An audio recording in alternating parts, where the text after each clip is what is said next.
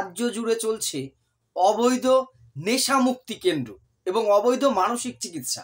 এইসব কেন্দ্রে নাকি বিভিন্ন ধরনের যত রকমের নেশা আছে সে নেশা ছাড়ানো হয়, সেখানে আটকে রেখে চিকিৎসা করে, আর যাদের মানসিক অসুবিধা আছে সে মানসিক চিকিৎসা নাকি করা হয়।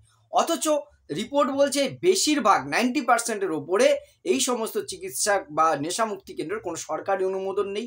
এখানে যে ডাক্তার থাকার কথা তা নেই, মনোচিকিৎসক বা সাইকিয়াট্রিস্ট থাকার কথা তা নেই, সমস্ত অবৈধভাবে চলছে। এখানে মারধর করা হচ্ছে, অত্যাচার করে নেশা ছাড়ানো, এবং এখানে অত্যাচারের ফলে মৃত্যু পর্যন্ত ঘটেছে। নদিয়াতেই এমন কিন্তু হয়েছে, এবং কিছু অনেক সময় ষড়যন্ত্রের শিকার হয়েছে। কিছু মানুষকে এখানে ভর্তি করে তাদের পাগল সাব্যস্ত, মানসিক রোগী সাব্যস্ত করে তাদের বিষয় আশয় হাতিয়ে নেওয়ার চক্রান্ত কিন্তু চলছে। এইরকমই সামনে উঠে এসে রানাঘাট শহরের একটা ছোট্ট শহর, সেখানে 3টে অবৈধ এরকম মাদক নেশা মুক্তি কেন্দ্র সন্ধান পাওয়া গেছে। প্রশাসন কিন্তু সেগুলো খতিয়ে দেখছে। কিভাবে চলছে এইগুলো, কোন ষড়যন্ত্র না কি এটা, এই বিষয়ে কয়েকটি কথা বলবো। আপনারা সবাই জানেন বিভিন্ন জায়গায় বিজ্ঞাপন আসে যে অমুক ফাউন্ডেশন নেশা মুক্তি কেন্দ্র, মানসিক চিকিৎসা কেন্দ্র। আমরা অনেক ক্ষেত্রে হয়তো বাড়ির পরিবারের কেউ খুব নেশাযুক্ত, তার নেশা ছাড়ছে না, সেই কেন্দ্রগুলোতে ভর্তি করে দিই যে এখান থেকে সুস্থ উঠবে। অনেক ক্ষেত্রে সুস্থ হওয়ার বদলে তাদের উপর টর্চারিং চলে, খেতে না দিয়ে আটকে রাখা, বেঁধে রাখা। এগুলোতে মানসিক চিকিৎসা নয়। নেশা মুক্তির অনেক এই যে রিহ্যাবিলিটেশন সেন্টারগুলো আছে, তার পদ্ধতি আছে। সেখানে মনোবিদ থাকবেন, একজন চিকিৎসক থাকবেন, প্রশাসনের ক্লিনিক্যাল অনুমোদন থাকবে, লাইসেন্স থাকবে। একটা নার্সিংহোম করতে গেলে যা যা অনুমতি লাগে এদেরও তাই। কিন্তু এরা একটা এনজিও বা কোনো একটা কিছুর একটা কোনো রকম একটা লাইসেন্স অন্য কিছুর খুলে এই ধরনের অবৈধ কারবার চলছে। এখানে কি চলছে?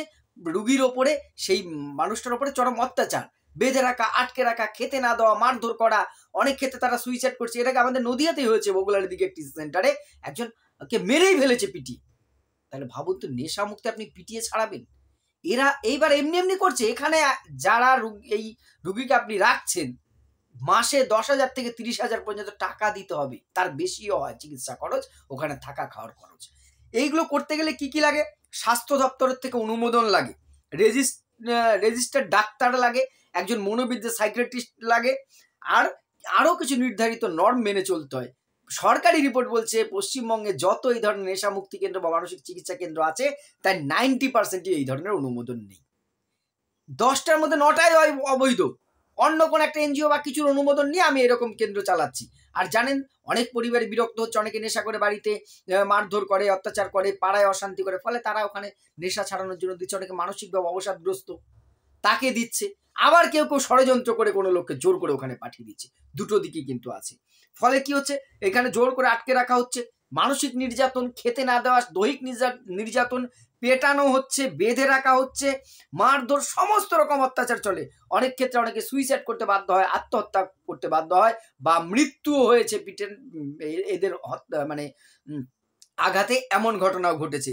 আর পরিবারের কাছ থেকে একটা মোটা অঙ্কের টাকা কিন্তু নেওয়া হয়েছে। এছাড়া যে মানসিক চিকিৎসাগুলো, মানসিক চিকিৎসা অত সহজ নয়। সাইকোলজি সামান্য একটু পার্ট আছে বলে এইটুকু অন্তত জানি। যতটা সহজে আমরা দেখি অনেক সময় টিভি সিরিয়াল, সিনেমায়, তা কিন্তু নয়। মানসিক চিকিৎসা একটা দীর্ঘ সময় সাপেক্ষ ব্যাপার। কিন্তু মানসিক চিকিৎসায় মানুষকে সুস্থ করা সম্ভব।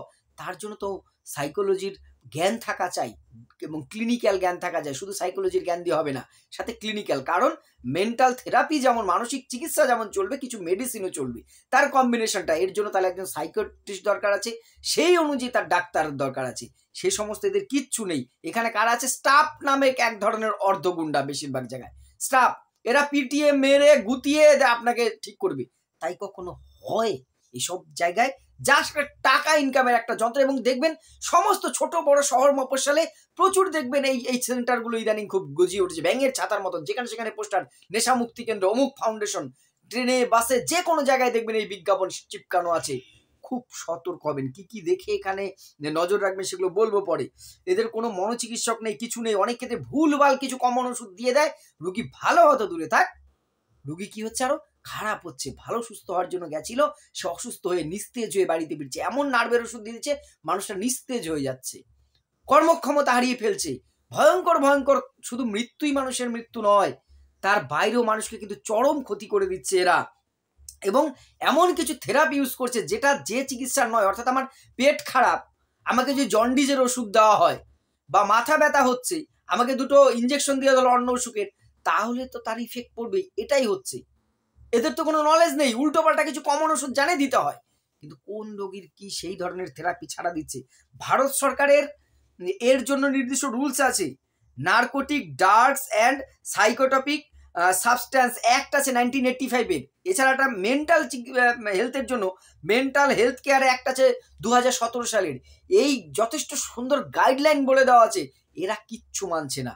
পুলিশের রানাঘাটের যে খবরটা উঠেছে, সেখানে পুলিশও তদন্ত করছে, ধরপাকড় শুরু করেছে, কিন্তু সারা রাজ্যে এগুলো চলছে। জানি না কেন পুলিশ প্রশাসন কেন এগুলো চুপ করে বসে আছে।